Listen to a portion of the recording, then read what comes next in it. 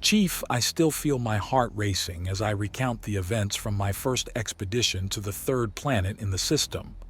Our scans had detected unusual radio signals coming from the surface, so I volunteered my exploration ship to investigate. As I entered the atmosphere, I was struck by the shade of blue that dominated the landscape. Gliding over forests and across sparkling seas, I searched for the source of the signals. Eventually, I spotted clustered arrangements of structures in a clearing, one of their population centers. I touched down at the edge of the structures near what appeared to be cultivated fields. When no one came to confront me, I grew bold and ventured out to gather soil and plant samples. That's when I first saw them. Two bipedal creatures almost twice my height emerged from the buildings. I froze in place, observing them cautiously. They were chatting and gesturing animatedly, apparent sentient beings. But their physiques were formidable, thickly muscled and moving with surprising speed and agility. I waited for them to detect me, clutching my sample bag nervously. Then one let out an ear-splitting cry, pointing directly at me. They charged in my direction instantly, roaring and snarling. Panicked, I dropped my bag and sprinted as fast as I could back to my ship. Behind me, their pounding footfalls and savage howls grew closer with each step. I lunged through the hatch just as their grasping hands swiped at my tail. Slamming the door, I launched blindly into the sky. Now, looking back, I can't help but speculate. Perhaps they attacked out of fear of the unknown, as any primitive species may. However, their massive build and volatile reaction prove they remain a dangerous unknown. Until we find a way to communicate, I believe it's best we leave the humans to themselves.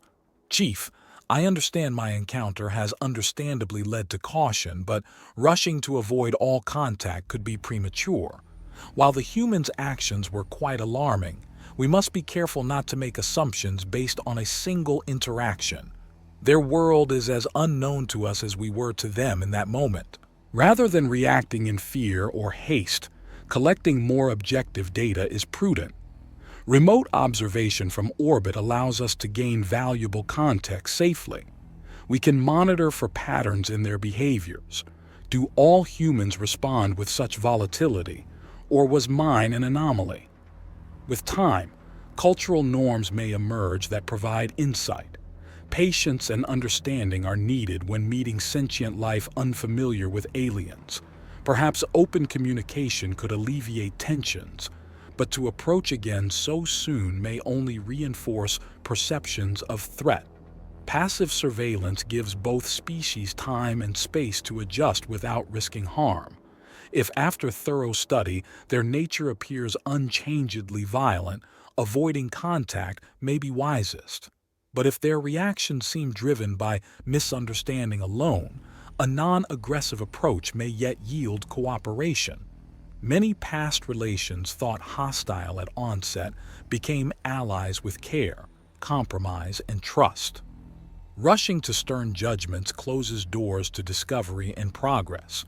I ask only that we collect more information before deciding humans' fate in our records and policies.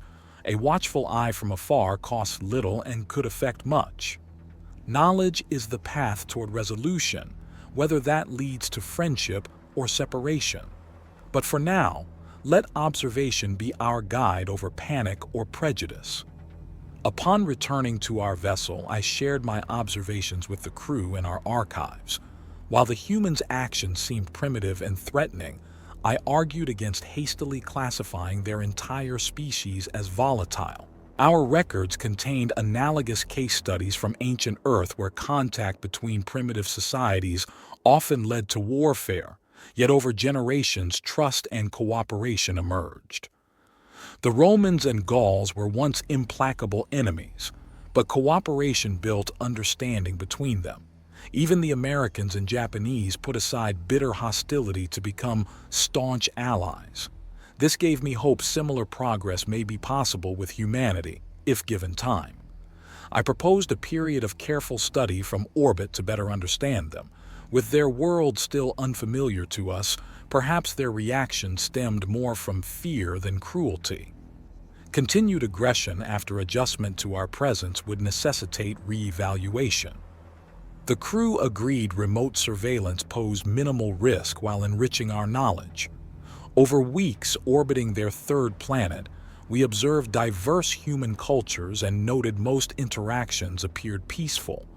Though physical and vocal, their communication seemed intricate.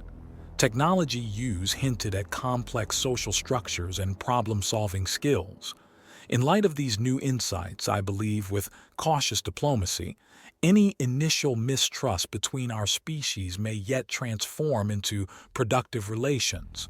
But patience will be key to overcoming millennia of separate development. With continued prudent observation and hopefully future interaction, who knows? Humans may one day count us as allies.